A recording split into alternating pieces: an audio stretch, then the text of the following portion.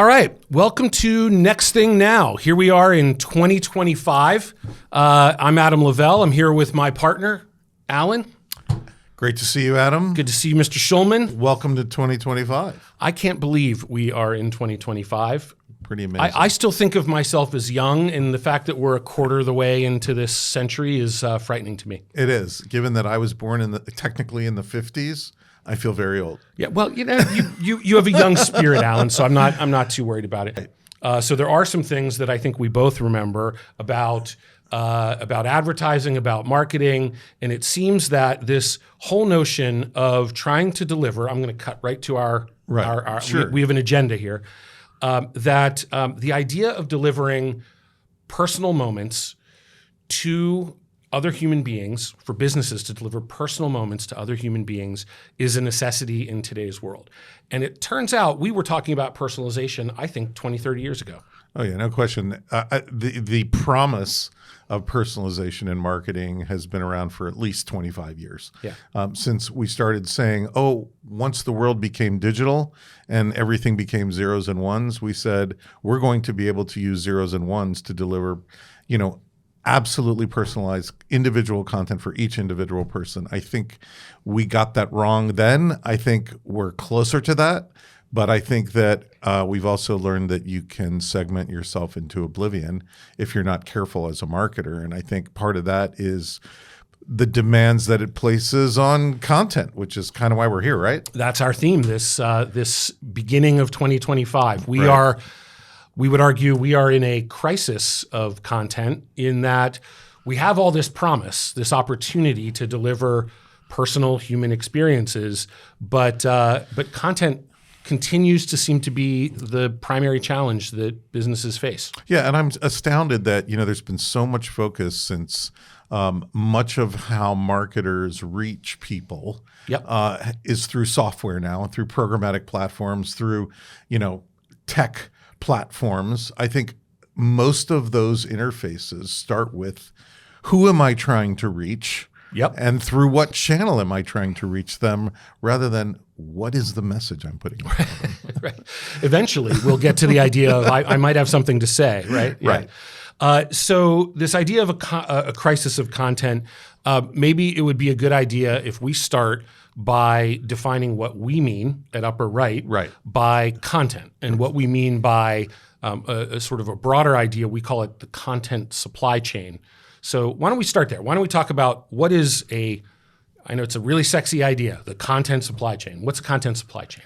Yeah, I think that's a clunky term for the notion of the process of creating creative or content of any kind starts with what is the idea or the plan to create some kind of a message. Yep. And then what is the process by which you create that message, or at least initiate it and ideate around it. And then how do you put the craft skills to work to either write it, design it, produce it, and then get to a point where you can actually do the quote manufacturing to sort of use a clunky word that goes along with supply chain, which is what we think about how stuff gets from one place to another.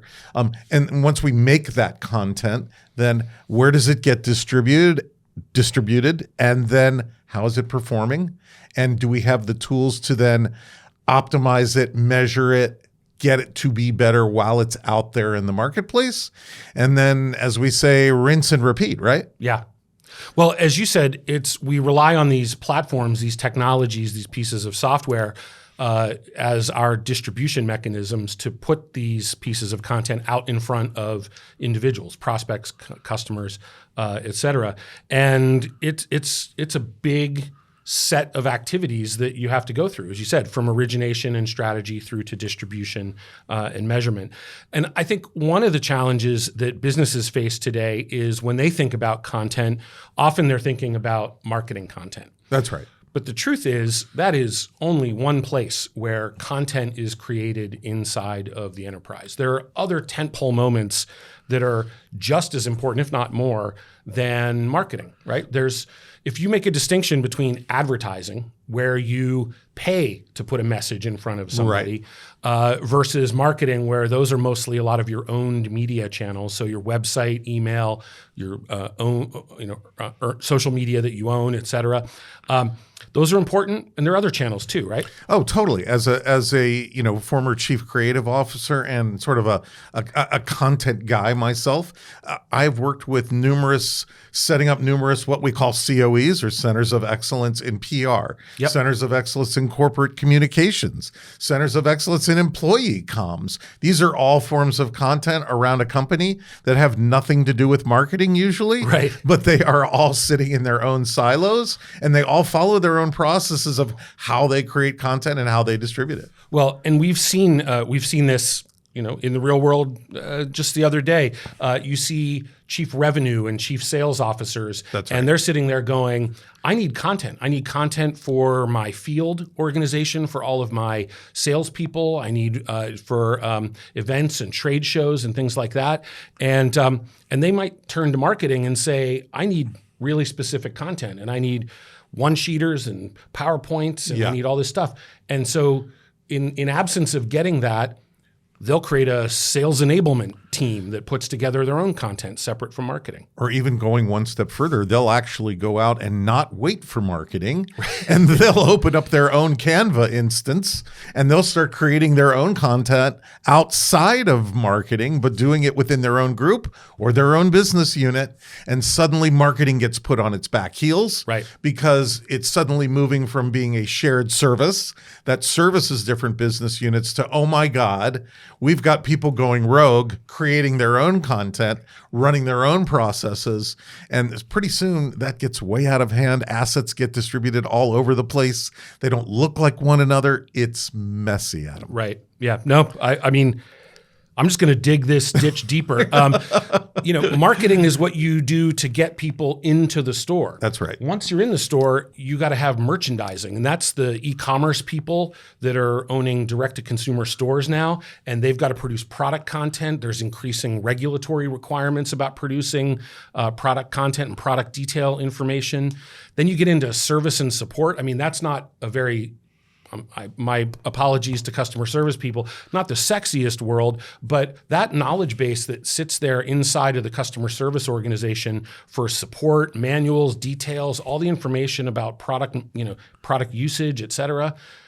And we didn't even talk about promotions and CRM and loyalty and the loyalty and rewards programs. That's right. So think about this. If you're a CFO and you're sitting there in your enterprise and you actually do some digging in all of these different budgets and P&Ls, and you look at how much money you're spending on advertising, content, just the content, not the media, just the content. And marketing. Including your agencies, or just and the fully loaded, right? So what's it take to produce the content, but what's it take to manage the agency to produce that content? That's right. All of that. And marketing content and internal resources. Your PR agency to produce their content, the social media agency to produce their content. Or the social media team in-house, right? Or in-house. You've got your e-commerce team producing content. That's right. You paid for a PIM, a product information system. You got software for that. Right. I think a CFO's head is literally going to explode when they discover how much money they're spending on publishing content. Yeah, I don't think, whether they're COOs or CFOs, I don't think most of them have the slightest idea of how much waste there is across all these groups that create content in their companies. I think all they know is that they're being asked to spend more money on software licenses. They're being asked to spend more money on more content, that the demand for content is more perishable because of the, attention span of people and how quickly they consume it. I think it's daunting, and I think there is a big crisis out there of waste, redundancy, and duplication in content that I think if the average CFO or COO could get their head around, because I don't think CMOs have time to slow down to think about that stuff. Of course They not. just have too much going on. Yes. And I think it is a crisis once it reaches the CFO or COO's desk. And I think that's where bringing down the cost of content, as opposed to calling my holding company and saying, hey, how much can you save me on my agency fees, or cut 2 more FTEs or 3 more FTEs? That isn't really a long-term formula for efficiency if you're in marketing procurement anymore. Right. The last sticky bit in this content crisis is also the way content is produced. So we talked about content supply chain going from strategy through to distribution. Right. But I'll just call it old school publishing approaches, what we used to call the waterfall. That's right. Slow doesn't work waterfall processes do not work anymore. No, so just talk a little bit about that, because it's... Well, I think agencies still got used to this. You know, they start off a campaign, there's an ideation period, the strategy team takes 2 weeks, they come back and present a strategy, that gets routed and signed off on. Then the content people go to work and they start thinking about what to make. And once they they lift the sheet off their 2 or 3 different conceptual approaches to an ad campaign. Yeah. That's all become a very slow waterfall process. I think what we've learned from social media teams, I think what we've learned from PR is that you've got to act more at the speed of the conversation and at the speed of the news cycle and at the speed of social media. Speeds and feeds are where it's at right now. And I think that's become hard for agencies. I think we're moving from this waterfall approach to creating content to seeing a lot more content teams produce content faster, more agilely. And frankly, that's where Gen AI and new tools are coming into play. And people's heads are spinning because they actually now have the tools to create content at the speed of conversation. Yeah. Good. All right. Well, I think that kind of covers the base. Of what content supply chain is. Yeah, right? I think so. It does. And it doesn't sound good, right? It's scary. It is scary. It's and scary I think it's not in a great place at the moment. Right. Well, so let's get to the present moment. Let's talk about 2025, where we are right now. We just finished last year. We just had a presidential election. We're here at the beginning of the year. It's the beginning of sort of a new day in America. That it is. And so in that world, we've got some real challenges if you're a business. Now, it's a fascinating time, but I would say that there are probably 3 or 4 areas that, as it relates to content, are real challenges. Right. I'm going to lay those out. The first one is what we'll call presence, which is where, as a business, where as a brand, you're going to choose to play in terms of content creation, where you're going to make investments, right? Where you're going to really be engaged with your customers and your prospects. The second is, certainly with the rise of AI, is this question of what is the brand's personality out in the world? How do you do that at scale? That's right. When you've got automation and all sorts of things going on. The third bucket is what we'll call perishability. When you think about the world of feeds, where all of our media is consumed very, very fast, how long does any one piece of content last? How likely are you to have a piece of content you create actually be seen and reach the individuals you want? Right. And then the last one you mentioned earlier, performance, which is, does this stuff actually work? And how do you know which things work? So we've got presence, personality, perishability, and performance. I actually remembered all 4. I don't know how I did that. But that's a new 4 Ps. it's a 4 Ps. Yeah, it's not. That's a new 4 Ps. Not to be confused with the marketing 4 Ps. It doesn't replace the traditional 4 Ps of marketing. Right. But I would say in 2025, these are big themes that we're wrestling with. So I want to get to the first one. Sure. Presence, right? Presence. Yeah. Right. I mean, we are in January of 2025. Right. We just experienced a platform that, I think a handful of people might have heard of, called TikTok, which literally went dark for 12 hours or something like that. Is that what it was, 12 hours? Right? And I mean, this is a platform that 170 million people consume daily. Over 7 million businesses, making their livelihoods on this platform. Right, that's astounding. 7 million businesses. Yes. Wow. And this thing just goes dark for a day. Right. Now, maybe that's a one-off, but between that, all the the craziness we've seen over what used to be called Twitter, now called X, right? The changes that we've seen happen in Meta for Facebook and Instagram, with fact checking going away. Yeah, no filtering of content. I mean, these are this is a real time of uncertainty for marketers to sort of figure out, where do I show up? Yeah. And not only the where in terms of media channels, like all of these things are being thrown into question. And I imagine even if you're, starting a new brand or you're trying to launch a brand, the whole question of which of these channels do I play in? How do I, back to your personality, I know we're still on presence, but back to personality, like what is my brand ethos and how should my brand ethos show up in a place like a TikTok or an X when there's all this other, forget the term, garbage, floating around it? And how do I, in terms of brand safety and guidelines like that, how do I make sure my content isn't like lost in a sea of noise? In 7-second attention span or whatever. I think that's a Microsoft stat. I don't know, but the speeds and feeds of 7 seconds of attention span. How do you need to show up? How do you need to story tell? And those are all legitimate concerns, I think, for companies.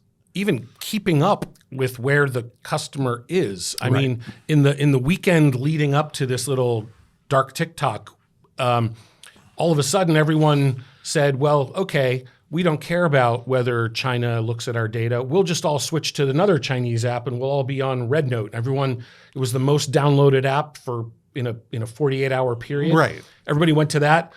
All of a sudden discovered there was a population of Chinese people who create content. Then all of a sudden TikTok was back on, so now they're back off of that. I mean, the consumer moves in so many different places. Yeah, it's a little bit of whiplash, right?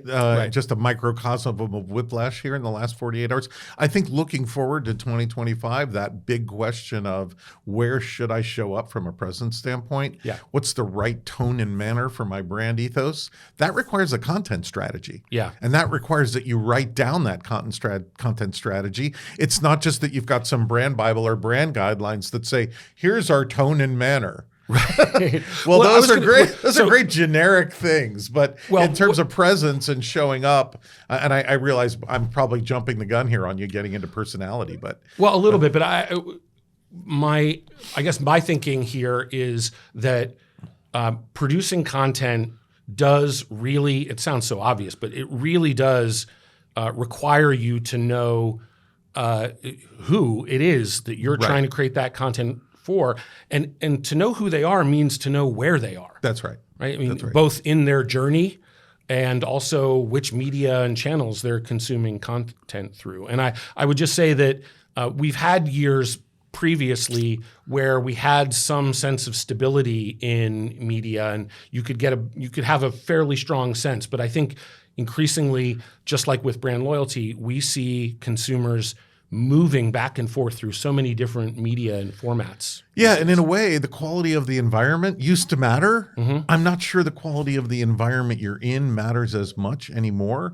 Back in the days when we were doing print advertising or we were doing advertising in Condé Nast publications like Vogue or those magazines. I mean, you really had to be adjacent to their editorial content. You weren't just going to shoot a picture of a shoe. You were going to shoot an unbelievable picture of a shoe and hire a very expensive photographer to do it for you, to be in the quality of that environment. I think now in the age of speeds and feeds, a lot of these platforms, I think, the quality of those environments goes from one sort of tone and manner to another just in one swipe, right? So I think that, sort of understanding the platform, you can't just stick your big toe into an Instagram or a TikTok or, any one of these platforms and know how to play in it. I think that's a fantastic point, because I think as you do see Meta getting rid of fact checking, and you do see X just allowing anything and everything, that while that's scary for brands and it immediately evokes all sorts of questions about brand safety and the need to have your brand not be associated with stuff that you don't want it to be associated with, on the other hand, to your point, it's sort of context kind of disappears when it's a 5-second attention span.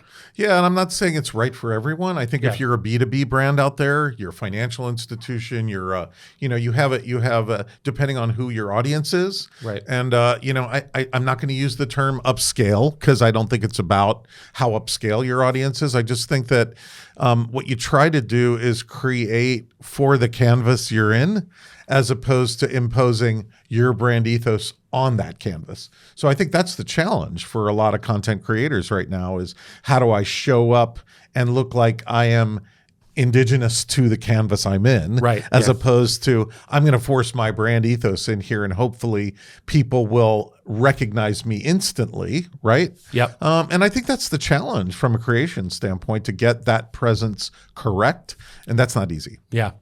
I shamelessly consume a tremendous amount of TikTok. It's your guilty pleasure, isn't it? It absolutely is, without question. It's your New People magazine. It is my People magazine. And that only means something to some people, which is frightening. But it is. And what's amazing is you start to recognize conventions and patterns as you're consuming content in there. And you can obviously see a commercial when it's a commercial. Right. But sometimes you'll see things that you think are organic content, and then you discover it takes 5-10 seconds, and all of a sudden you're like, oh, wait, I'm being pitched. This is a pitch. And then you actually look down and realize there's a button to go buy something. But you think you're consuming, and you can figure it out. So now it's like there's shorthand to be able to read the content versus actually consume or enjoy the content. Yeah, I mean, to go back to David Ogilvy's principles, intrigue, involve, persuade. I mean, those are the sort of the steps in storytelling that whether we were writing a print ad or a television commercial or what it was that we were doing, there have been this notion that we still have to get your attention somehow. Yep. And there are lots of ways we can intrigue you. Some of them are unfortunately more sensational than others these days. In everything from, not just social media, but in politics and lots of things. Right. And I think that's where, brands have to be careful about what techniques they use to suck you in, to intrigue you, because then involving you and persuading you to do something or to take an action becomes the next thing. Right. And let's face it, with 7 million businesses on TikTok, you can go from awareness to consideration to purchase right to Apple Pay in about 20 seconds. Right. And that transaction is done and over. So it isn't this long, slow customer journey. You're actually seeing something you like. You're going right. The TikTok shop is just a destination. It's not like I'm leaving to go to Etsy or I'm leaving to go to Pinterest or I'm leaving to go to some DTC e-commerce shop. Yes. I am making up a purchase right there through TikTok. I know. I'm in trouble for this at home because it used to be, I wonder what's in that Amazon box I don't remember. Right. And now it's what's in that random not Amazon box that That's showed right. up at my house. That's because right. It was probably something I bought One on of those TikTok. 7 million businesses, I bet. I'm a sucker. I like a lot of this stuff. Yeah, me too. Me too. Okay, that's presence. That's sort of where you should be and where the consumer is. And I think a lot of and you should probably there. comment on CDP and everybody who's on some CDP journey to try to figure out, the who, and before, at the same time we think about the where of presence. Yeah. Well, as you know, we could do a whole podcast just on CDP and identity. Of course, absolutely. But without a doubt, almost every brand or business we talk to is on their journey around, call it CDP, really call it their first party identity graph. Meaning, do they have a pool of prospects and customers? They know who those people are and they're trying to reach them. So in effect, instead of buying ad impressions to go reach those people, they're buying access to specific people. They're saying, we know 1 million people that are going to be in market for a minivan in the next year. We only want to put our ads in front of those minivan buyers this year. And so I think for brands to be able to do that, that's part of the capability, the muscle that they've got to have in-house to be able to know where their prospects and customers are so that they can put the content in front of them. And I think they're on that maturity journey. At the same time, they're on this journey to be able to produce content in real time or near real time to be able to make it happen. The thing that confuses me as a creative and a content person is Adam, when it comes to these identity graphs, how many segments is too many?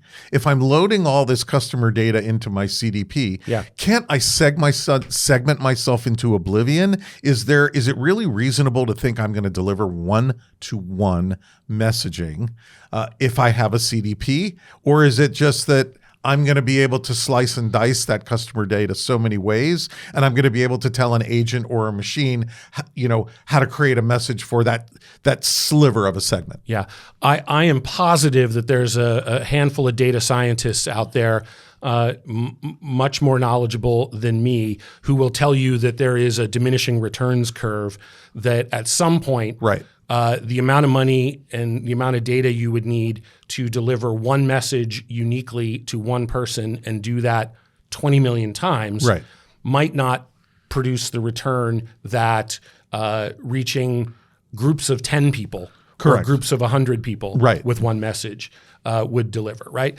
So, but that said, I think that the historic way of approaching segmentation, which, just like we talked about with content, has a bit of a waterfall mentality to it.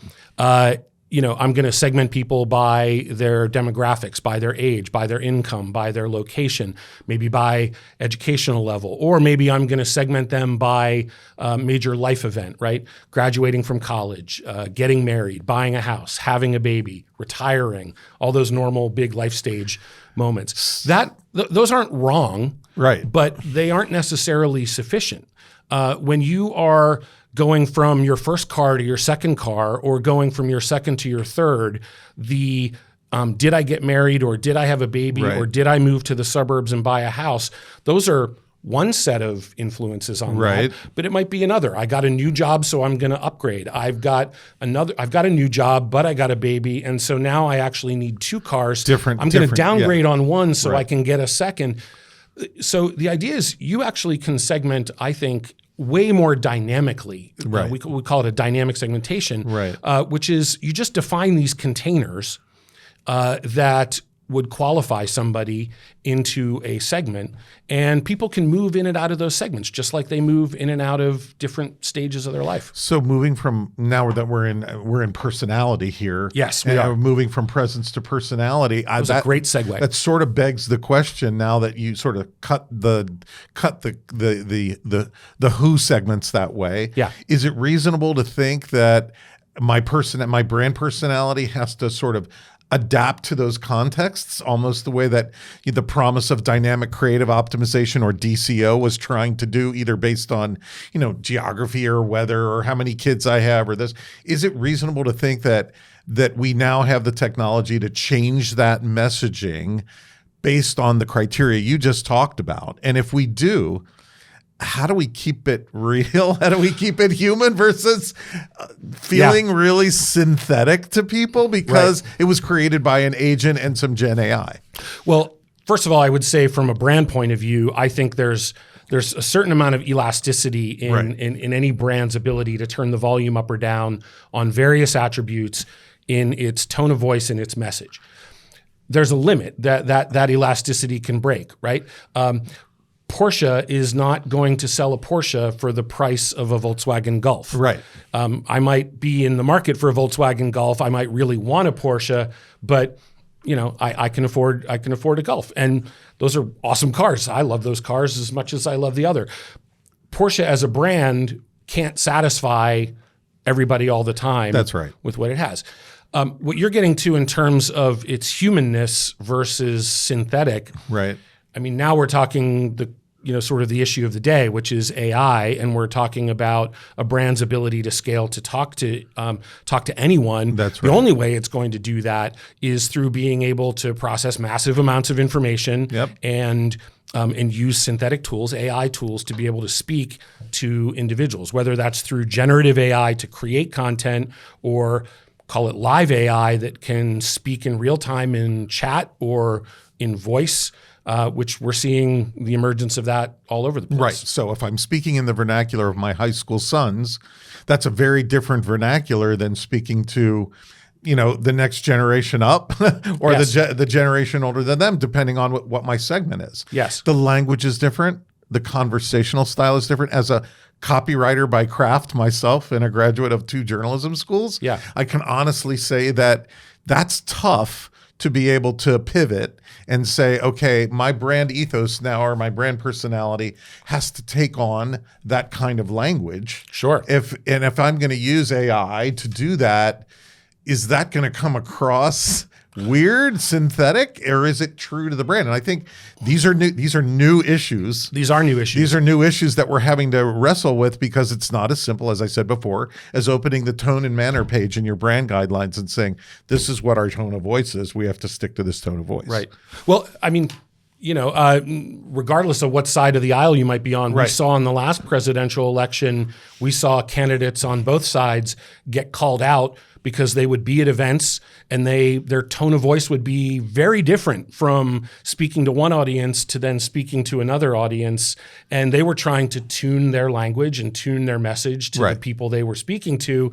But then when you take that and show an excerpt of that on the news out of context, it looks like these people literally have different voices. And when you ask that question about a brand, it's, how far can that brand stretch and still be authentic? That's correct. And we all know that brand behavior trumps brand communications every time, right? Yes. So if your CEO's out there saying one thing or behaving or using some kind of language or sensationalism in one way, but the brand that CEO is representing is trying to function in a different way. Yeah.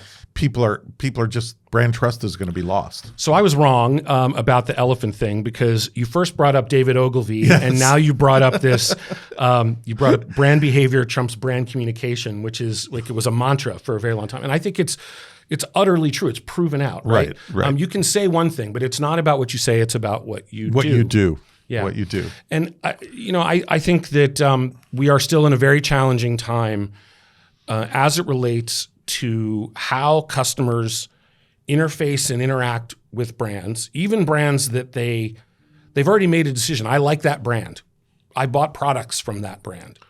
And I'm going to interface with that brand for usage or for support or for my next purchase. And they can find themselves totally at a loss, like having bad experiences with that brand like on a regular basis. And like, don't you know, and you have that, I've had this moment. Yeah. And I mean, I don't know if you noticed, I'm an old white man and it's one of these things, don't you know who I am? I wanted to say that to a brand a number of times. Sure. And all I mean by that is I've been a loyal customer for 5-10 years. Sure. The amount of money that I have spent, consuming your products over and over, and yet there's no acknowledgement that, of my value. Yeah, and I think it's a slippery slope when we start to use marketing technology as a mechanism for customer service, and we don't account for the friction that that's going to put in customer relationships over time if we're not careful. I got caught in an endless loop. It's January right now. New health insurance, new policies, new deductibles. Everybody's dealing with this enrollment period, post-enrollment period at the same time. New deductibles beginning of the year. I got caught in an endless loop between phone and laptop and mobile, earlier today. Yeah. And the amount of friction was just unbelievable. Yeah. Given that I've been a customer of this insurance company for years. So it's frustrating when in the name of efficiency, they've put these software platforms in to be able to service you. And now in the era of chatbots and now agent bots, right, which are supposed to be even better, less, more human, more real. Yeah. Is this really going to improve? Is the content that we're going to create for these agent bots gonna take some of the friction out of, let's face it, the efficiency that these platforms bring? But frankly, to your point, they really put a wrinkle into customer to trust and to customer relationships. Many years ago, dating myself, worked with a big cataloger, and when there used to be catalogs, right? Sure. And you used to call up a 1-800 number and place an order on the phone. Right. And we instituted caller ID. Right. And we connected that to purchase history. So you would call this cataloger and they would answer the phone and say, "Oh, hey, Mr. Lavelle, did you like those boots that you bought last month?" when we put that in place, people would hang up. They were so freaked out that you knew who they were and knew their purchase history, Right. that they just were not comfortable. Now, when I call United Airlines and it says, "Hello, Mr. Lavelle, welcome back. Are you calling about your flight to San Francisco?" If it doesn't do that, I'm disappointed. Right. I expect that now. And so customer attitudes change in terms of this, and we do have expectations of service and of personalized experience. So I think there are examples looking back where it's increasingly gotten better. But I think the noise we're seeing now and the rise of AI gives people a lot of opportunity to do stuff just for the sake of it. Right. There's a lot of businesses that we talk to that we see that I've got to have an AI strategy, but oh boy, be careful what you wish for. You deploy that, it could go really wrong. Yeah, but at the same time, it could go wrong. Yeah. It actually opens up a lot of new possibilities to accelerate. And I think what we're excited about, or at least many of our clients are excited about, is where do we plug this stuff in where it's actually going to help us create and answer some of the demand for content that we're getting from all over the enterprise. Yeah. And so that brings us to sort of the third P of yours, right, which is perishability. Yep. I appreciate you moving us along because I realize I'm not. That's okay. It's very That's okay. good. I was trying to slip that in there just because we were sort of getting to that point where customer service and serving the right content at the right moment in a moment where there's been a lot of friction is really, really important. Yeah. But that just begs the question, that creates the need for more content, right? Well, and I think, both of us, it's not often that a stat kind of stops you. Right. And we saw a stat not that long ago that I think it was something, and I forget if this was McKinsey or PwC or someone, it was 95% of content that is created by brands and put out is viewed one time. Or it's perishable in 1 week, I think is the data point. That was an Accenture research. That was Accenture. Accenture research data point. Yeah. Yeah. They said that 95% of content it will be perishable within 1 week. Right. I mean, when you think about that, it's frightening to think how you have to keep feeding the beast in order to stay present and relevant to people. Right. That's why we say content isn't king. Content is the whole kingdom. Right. Because at that pace, when you think about it, and I don't know whether that's a B2C or a B2B quote. Don't want to confuse anybody there, because I think there's lots of B2B thought leadership content out there that's really well written. Sure. That has longer than a week's shelf life. I don't want to mislead people, but I do want to say that I think that in many B2C categories, particularly with the way speeds and feeds work, right, and the way people swipe through and short attention span theater, I think that absolutely that content that you think is going to be evergreen is guaranteed not evergreen. Yeah. It is definitely going to be perishable. And I think that's what's created, particularly for social teams, right? There's just a tremendous crisis going on of we need more content, we need more content, we need more content. And it's more perishable now than it's ever been before. And I think that, frankly, there's way too many companies out there that have left really poor performing content up on their website or up on their blogs, or it's already old. Anything sort of pre-COVID. Right. I sit there and I felt privileged to be asked to write an article for the Harvard Business Review, but that was back in 2013, and I can guarantee you there's no relevance to that content anymore. Right. Right. It's now considered old. It's perished. It's just not relevant. Sure. I mean, for one person at one point, In next time. month, Right. they'll pull it out of the database, and Right. all of that content is in the database. It's all out there on the internet somewhere. Sure.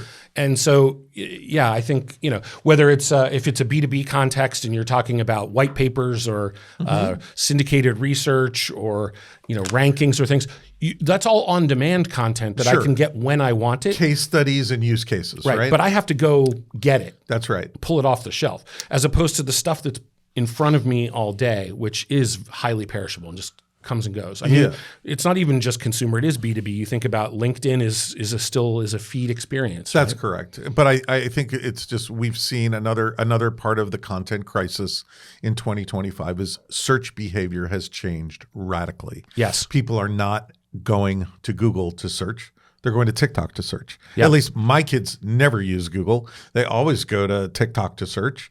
And obviously that's not in the B2B space, but I think quickly coming to the B2B space, I think people's search behavior is going to change. Yeah. And I think they're going to look for reviews, even if they are consumer reviews. And consumer attitudes about things. I know, already car shopping, car buying, anything that requires a lease, all kinds of, categories of things that involved Google research in the past, search engine research, is moving to social platforms. Yeah. Well, certainly over the last few years, there was a pretty serious amount of research to show that there's a direct relationship in time between I'm looking at stuff on whatever your definition of TV is, right, and searching. So I'm watching stuff, I'm searching for stuff, and because I've got my laptop and I've got my big screen on the wall, and I'm moving between those. Right. Even on a mobile device, though, people will be moving. They're going through TikTok and then cutting over to Google and searching, and then going back and forth. So the people's kind of the collaboration or the parallel pathing that people are doing across multiple media is, I think, is amazing. So now that we've established how perishable content is and the demand for it is increasing like crazy, what are you supposed to do about that? What do you do about it? How do you figure out what's effective? Well, no, I'm just saying, if I'm looking at all these tools out there, and I'm saying I know that I've got to create more, I got to make more faster, right? And there's all these tools out there now, these Gen AI tools. There's long lists of them. Some are consumer tools, some are prosumer tools, a few of them are what we would call enterprise grade, enterprise ready, but they all got some kind of subscription cost to them. Yeah. We've got a lot of people, in flex labor models and flex freelancer models in the content world, or what we'd call digital nomads out there, bringing software to their freelance gig, and saying, well, I'm just going to use this tool. I don't care whether it's Canva or whether it's, there's a number of things I can bring to the table here that don't involve heavy lifting platforms, that you might have in the enterprise. If I want to accelerate and start to add Gen AI to increase my content velocity, what are the kinds of things I need to be considering? Yeah. So we're gonna, I think we're gonna get to what the takeaways are and where people should focus. I don't want to forget the last P, which was performance. Right. That's correct. So we covered presence, we covered personality. Now we just talked about perishability, which is, I think, one of the scariest things, which is how do you actually keep up producing enough content on a continuous basis? That's right. In order to be present.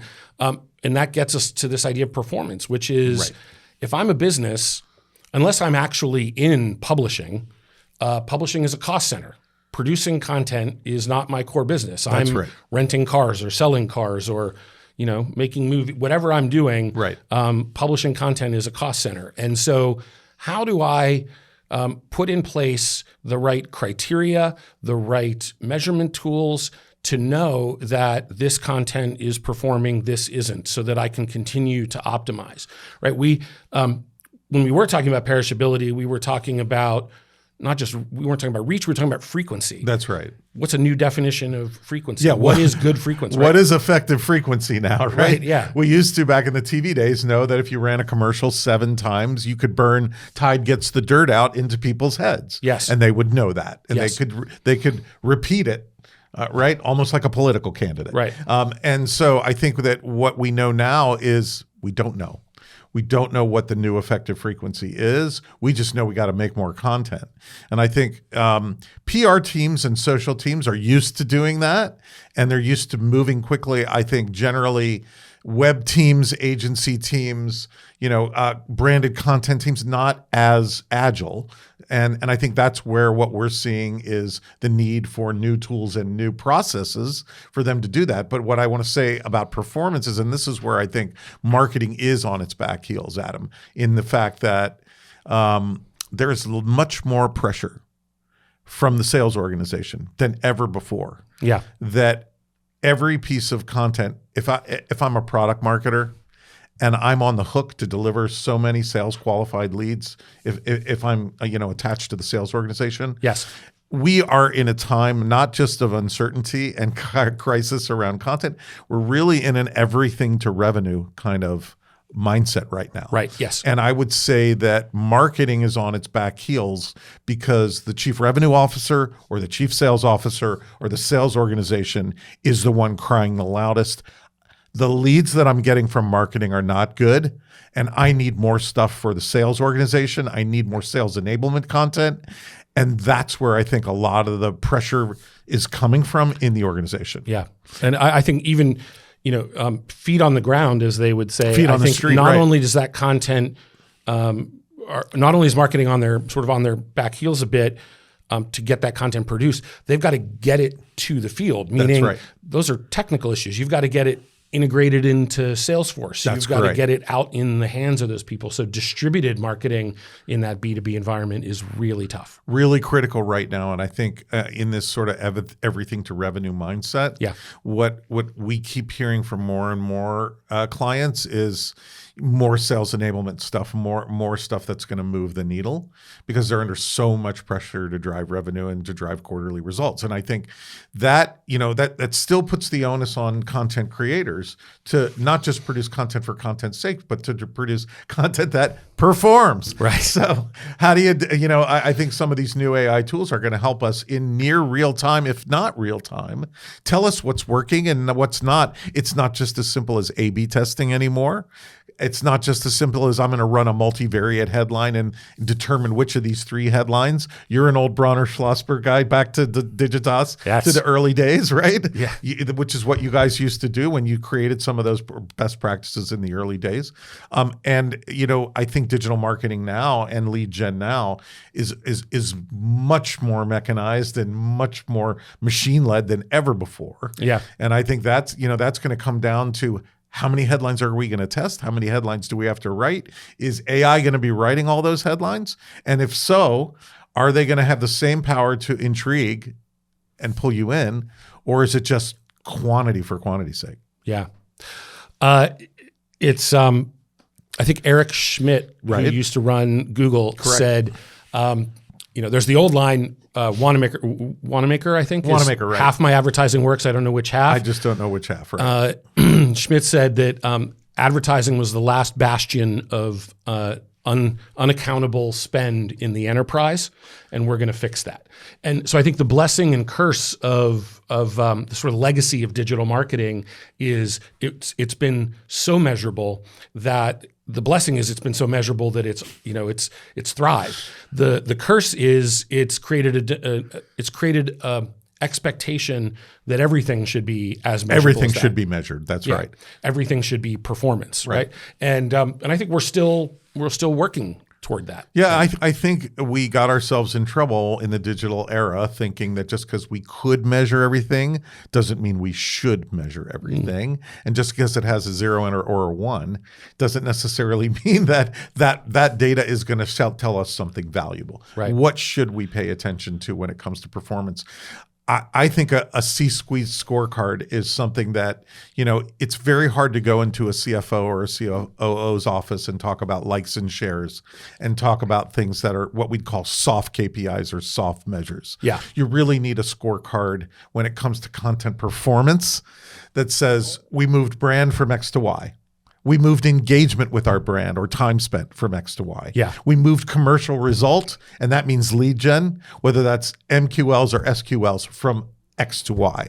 And then lastly, which is the great intangible, we moved word of mouth and social advocacy from X to Y. We've got more positive sentiment around our brand than ever before, and we're sticky. So, and which of those four measures, brand engagement, commercial, or word of mouth, do you want to sacrifice if you're going to cut your marketing budget or cut your content budget? Which are you which stage of that funnel are you willing to sacrifice? And I think that's a tough question for any CMO. And I think in this environment, they're getting a lot of pressure to cut budget. And so, that begs the question, what are you going to sacrifice? Yeah. And if you don't want to sacrifice your media dollars, where are you going to sacrifice from? Well, look, I think that, way too frequently the conversation is which channels work and which channels That's right. should I optimize for those 4 things. Right. And now we're really talking about it as which content Right. should work. The what, not the where. Yeah, which I think is a much better way to look at it. So, all right. So let's before we take all of 2025 for this one podcast, let's wrap this up here with a set of must-dos for those out there who have some responsibility over content In their 2025, sure. yeah. And very predictably, we can put this into 3 buckets. Those 3 buckets would be processes. Right. What we used to talk about is people, but now we'll just talk about that as talent and skills, because that may come from people. It may come from technology. Right. And then technology outright. So what we like to talk about is the content tech stack. So let's talk about those 3. Let's start with processes. So in a modern world, in today, in 2025, it's a crazy idea. Brands need to have a written content strategy. Right. And I think it's astounding. I think the CMI, Content Marketing Institute, said less than 50% of all companies have a written content strategy. And what is that? Well, we know there's a strategy document for this campaign or that campaign or this activation or this experience or this event. There's all kinds of tactical strategy documents out Sure. there. There is, by and large, we find more and more B2B organizations not having a well thought out content strategy that ladders up to their brand strategy, because the business strategy drives the brand strategy. The brand strategy should drive the content strategy. And once that's written down, that content strategy then moves down into the lower funnel where sales enablement lives. So, and account-based marketing live. So I think we have a woefully shy number of companies with written content strategies. So I would say the first thing in 2025 is, if you don't have a written content strategy, you got to get serious about getting one. Okay. So 3 things that I can think should be in there. Right. One is, do you have a plan for how to ingest insights? Meaning, can you see trends happening, memes? Can you topics, trends? Can you pick that stuff up throughout the course of a year? Do you have a mechanism to do that? Because if you don't, you're going to be tone deaf. You're basically throwing darts, Yeah. right? You might have some intelligence through either social listening or through search, right? But typically the problem is search data lives over here, either with the agency, the search agency, or with the digital marketing team. And then social data lives with the social team. And those 2 data sets rarely overlay, so that we can see what people are talking about and what they're searching for. Those are the types of insights you're talking about that they need to be able to start to craft an editorial content strategy. It should be based on, yes, what you want to publish from the inside out, but it should also be driven by what's happening on the outside in. What are people talking about? What are they searching for? Sure. It's a heck of a lot easier to piggyback on a conversation that's happening already than to try to just push your own conversation, your own topic out. Right? Amen. Yeah. And we see way too many companies saying, here's what we want to talk about. Let's go create a white paper about this because we have a subject matter expert in this. How do we know that matters to anybody? Right. So getting your head around what at Deloitte we used to call signature issues, right? What the things that really that are the key drivers that matter to people, I think are going to be really important for people in a content strategy. Okay. So knowing what to say, right, either from your own brand agenda or from listening. Correct. Good. Second thing I think in a content strategy should be, do you know how you will actually go from idea to designed, produced, adapted, distributed out into the market? Do you have the capacity to produce content quickly and efficiently? Yeah, that's content planning and content workflow. And that is a messy process. We see 4 or 5 or 6 different types of processes, at various clients that we work with. And I think, Adam, you've seen this yourself. Yeah. It doesn't matter whether you're a bank, a pharmaceutical company. It doesn't matter whether you're an automotive company, retailer. There are all kinds of silos that have different processes. Standardize your content creation process. That means a standard brief. That means a standard way of working. That means a workflow that works the same for each content team, even though things happen at different paces. I think that the more you can standardize that content process workflow, the more efficient you're going to be. Well, and one of your, I know, pet interests, peeves, is approvals. Certainly in regulated industries, banks, pharmaceutical, one of the things that kills content creation is the current way approval processes work. There are ways to get around that with pre-approvals, with template approvals. There are all sorts of ways to really speed that process up so that you can get in market way faster. Yes, you can't let your content velocity fall victim to, whether it's legal or regulatory types of approvals. You've got to put systems in place where a lawyer's inbox, you're not at the mercy of a lawyer's or a regulator's inbox, because that is going to put your content in a place where by the time it gets approved and gets through everybody, what is the relevance and what's the performance of that content going to be? We definitely work very arduously and hard with clients on collapsing approval times. Yeah. All right. So processes, we've covered that. Right. I want to get to talent and skills.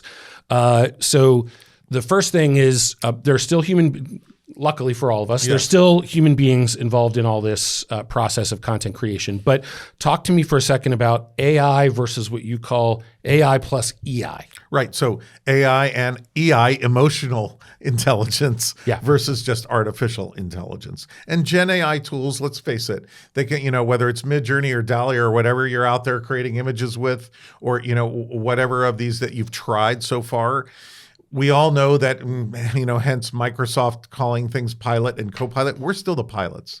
We are the craftspeople. We are the skills. I think that what we're finding is that a lot of these tools can deliver a whole lot of ideation and a whole lot of variation and a whole lot of stuff that we then have to sift through and find the gold in and sift through it. I think it's great for, ideation process, getting lots of stuff started, but then it does not replace the craft skill of a writer. It does not yet replace the craft skill of a real designer, a real illustrator, a real coder. It can do all of those things, yes. The question is it the co-pilot or is it the pilot? And I think, to use Microsoft's terminology, I think we are still the pilots. It is the co-pilot. I think we have to focus these tools in places in the content process where they're frankly reputable, low-value tasks, whether that's sizing of things, whether it's adaptations of things, whether it's translations of things. These are all the types of things that are very, very low variance that can be automated and should be automated and be more efficient. It's the high-value tasks, the conceptual thinking, the things that really require craft skill, where you need the emotional intelligence to know you need a human in that role. Well, look, I know you've worked hand in hand with the ANA. You literally wrote the generative AI playbook for content and creative with the ANA. Yes, I co-authored that. Co-authored that. Right. And I think, when I think about applications of AI as it relates to content, the first and foremost is generative, right? Which is using AI, whether that's audio, image, video, content, written content, whatever it is, the ability to use AI to generate content, great. There are all sorts of tools available for that. Correct. And lots of experimentation to figure out how to do that and do it well. Yep.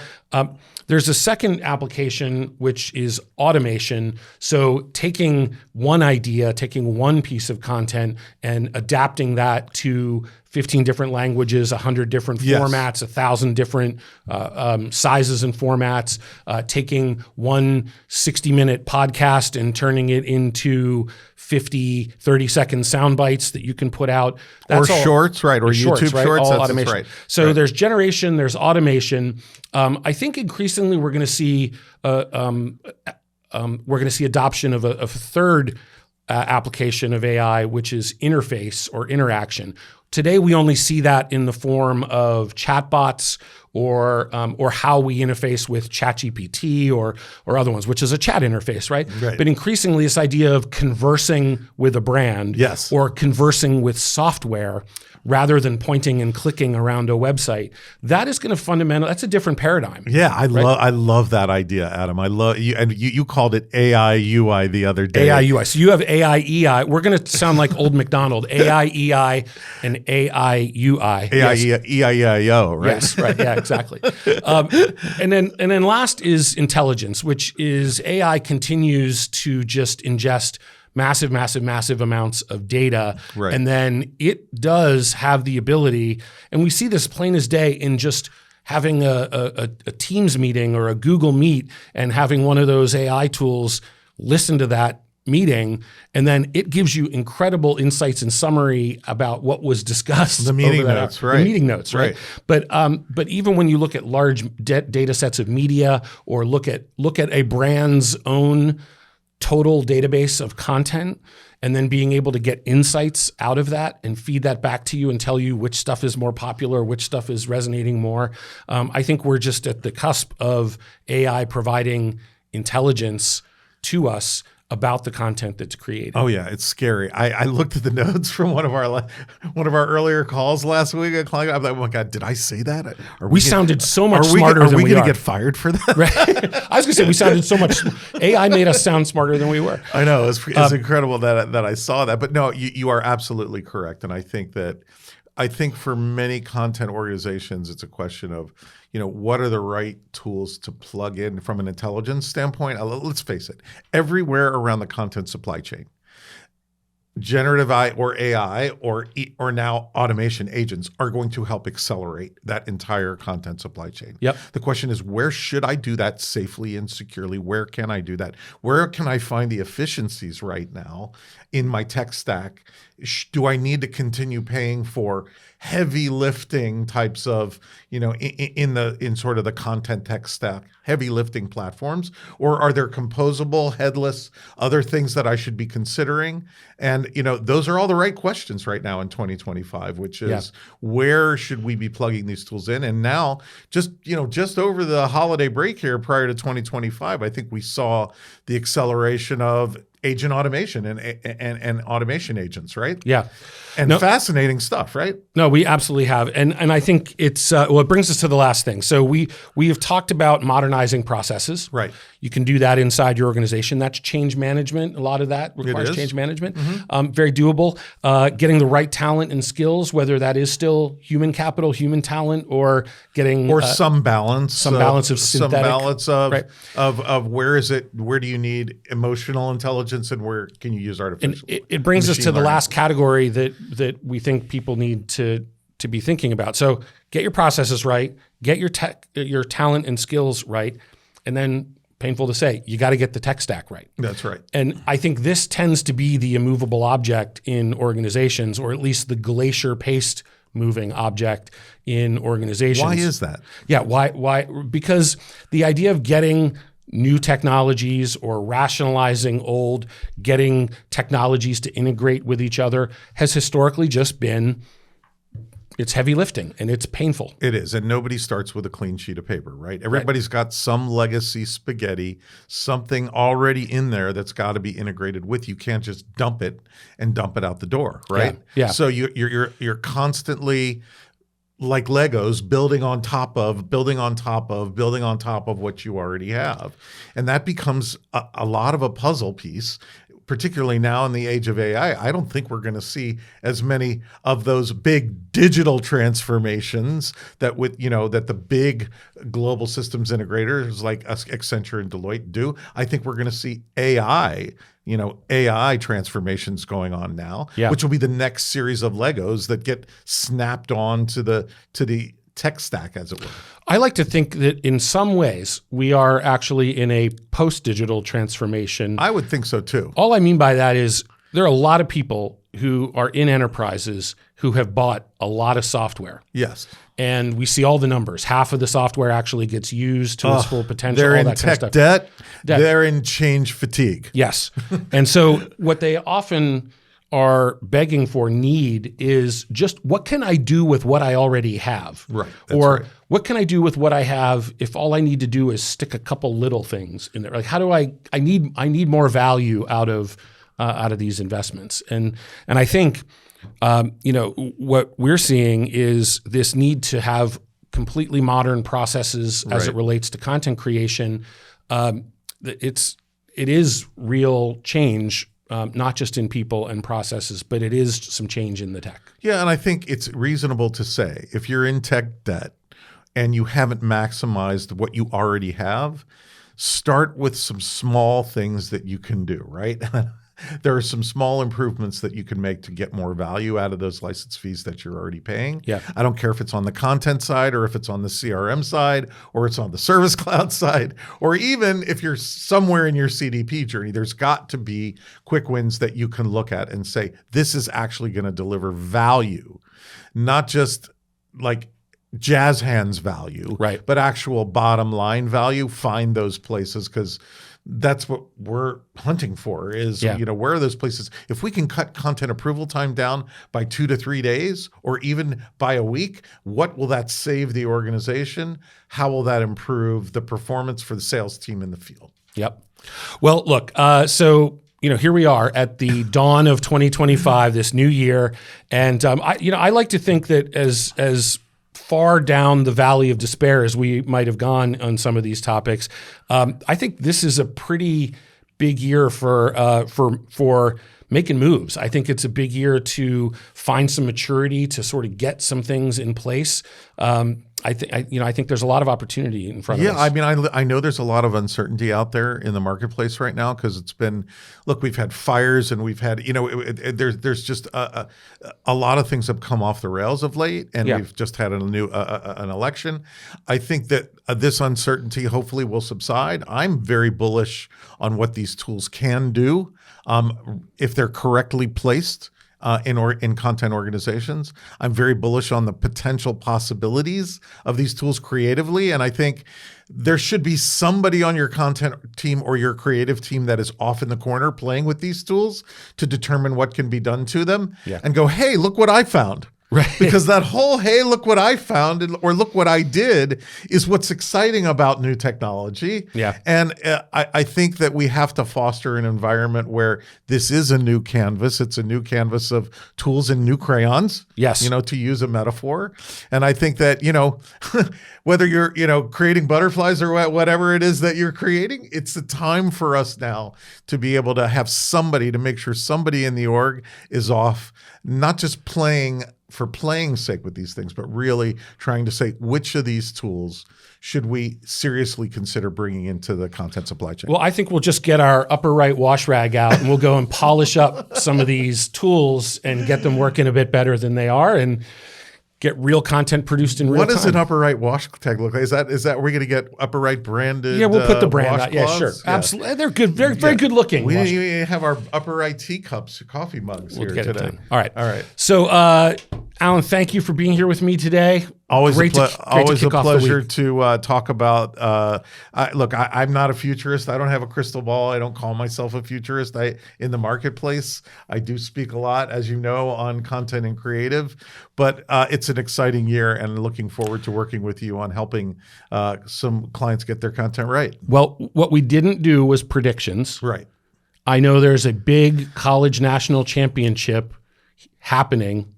And I'm just going to say, I hope that the right team wins. I'm just going to say that. Well, thank you for that. All I'm going to say to that is go Bucks. All right. Take care, everybody. Thank you for being with us. Happy 2025.